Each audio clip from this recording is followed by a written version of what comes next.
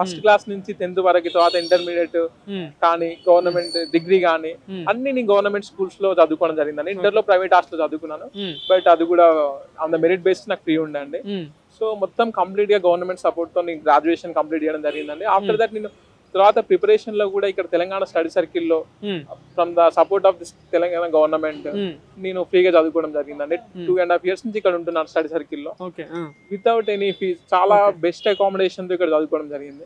ఇక్కడ నాకు ఫ్రెండ్స్ ఉండండి 6 members, మేము బ్యాచ్ 6 members కలిపి చదువుకున్నాము. వాళ్ళు చాలా సపోర్ట్ చేశారు. And finally all members 6 got group and services అండి. అందరికి గుడ్ సర్వీసెస్ వస్తున్నాయి. సో అంటే మొన్న మీ మీద కూడా ఎవరైతే సెలెక్ట్ అయిన వాళ్ళందరి మీద కూడా ఆరోపణలు చేస్తున్నారు, 3 కోట్ల కొన్నారు అండ్ సో చాలా వచ్చినాయి ఆరోపణలు. సో ఏంటి వాటికి ఏం సమాధానం ఇస్తారు? నేను 3 కోట్లు పెట్టే స్తోమత ఉంటే గవర్నమెంట్ స్కూల్ ఎందుకు చదువుకుంటానండి? 3 కోట్లు ఉంటే నేను బిజినెస్ చేసుకుంటాను కదండి. అవన్నీ బేస్లెస్, పొలిటికల్, ఇర్రెలెవెంట్ కాంట్రవర్సీ చేయడానికి, పొలిటికల్ న్యూస్ లో ఉండడానికి చేసే కామెంట్స్ అని నేను అనుకున్నాను. అంతకు మించి ఏం లేదు.